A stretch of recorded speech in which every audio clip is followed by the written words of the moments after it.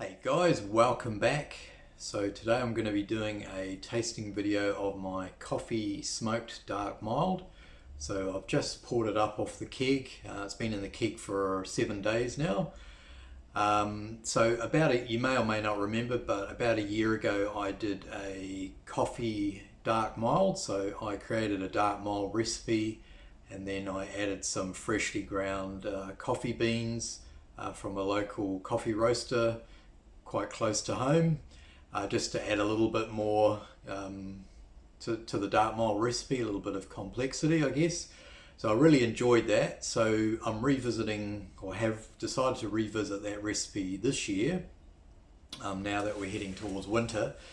And just to mix things up, I thought I would, along with the freshly ground coffee, I would also add some Manuka smoked malt. Just to see if that sort of adds to the overall beer, or whether it takes away from the beer or takes away from some of the other flavors. So yeah, that was the thinking behind the coffee smoked dark mild. So it's coming at 3.7%, around 13 to 15 IBUs. So yeah, there is there. Very happy. Looks very dark on the camera. Pretty much black on the camera, but from my angle it's more of a very, very dark brown, almost mahogany sort of color. Yeah, the cap's sitting around, some nice sort of tight bubbles there. So before we dive into it, very, very quickly I'll just go through the recipe, and I'll put the recipe in the video description below. So it's 52% Gladfield's Ale Malt, so that's the bulk of the malt. And then it's 19% Manuka smoked malt, 10% dark crystal malt, and then 6.5% each of dark chocolate malt, biscuit malt, and Big O malted oats. Hot with Fuggles at 10 minutes, SO4 yeast for fermentation. Started out at 1043 and the beer finished at 1015. I did mash pretty high, close to sort of 69 or even maybe 70 degrees, just to sort of add a little bit of body. So yeah, 3.7%. So my mouth's watering, so we'll get a nose on it. I hope you guys are all having a good week, and if it's still your weekend, you're having a great weekend. So cheers to you all. So yeah, straight away. So the beer has warmed up a little bit, but could probably benefit from warming up even more. But straight away I'm getting the smoked malt on the aroma. So the Manuka smoked malt is described as having a very smooth smoke character and a little bit of sweetness to it. Sweet smoked malt character. So yeah, the smoke is definitely there, but it's not... Yeah, it's not over the top, it's not harsh or anything. Yeah, just a nice, plenty there, but yeah, just a nice level, nice and delicate, I guess you could say, smooth. And then behind that, well, I'm picking up some of the coffee, like hints of chocolate as well. And yeah, a little bit of sweetness on the nose. So yeah, the aroma wise, really, really, really inviting. So we will dive in, we won't waste any time.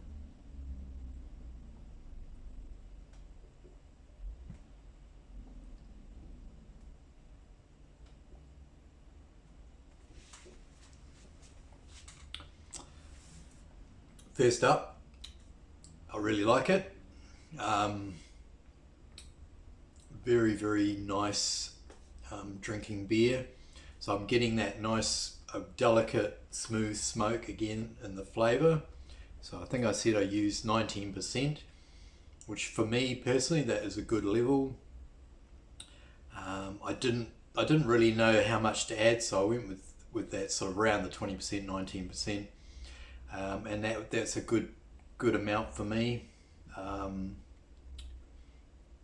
you get the smoke, but I think if you went, I guess the problem would be if you added more and more, you'd probably take away from the other flavors there, and the smoke would be sort of dominating everything else. So yeah, really nice smoke.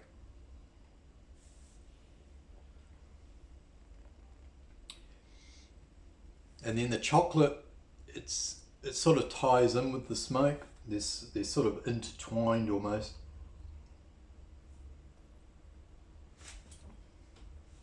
I remember the coffee dark mild last year obviously didn't have the smoked malt in it, so the coffee in last year's beer was definitely more pronounced. I guess it didn't have anything else that was sort of alongside it. So yeah, I'd say the coffee and the smoke are sort of intertwined. I can get hints of the coffee and the smoke. One's not sort of overpowering the other, if that makes sense.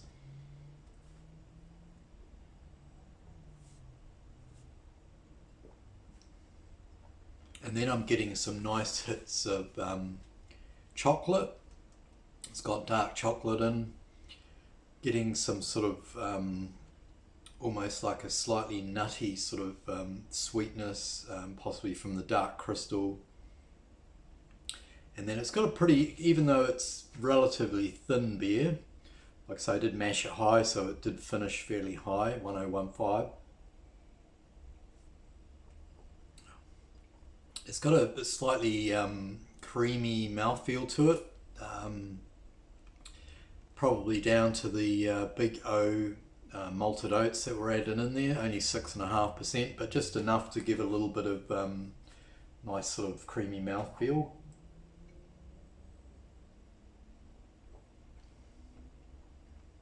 Yeah, there's no harshness there, the bitterness, as I mentioned, is quite low, only between sort of 13 and 15 IBUs.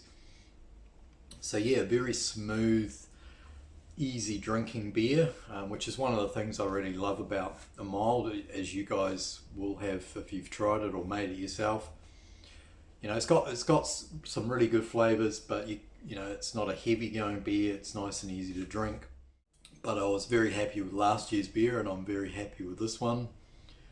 Got a nice little bit of glass facing there.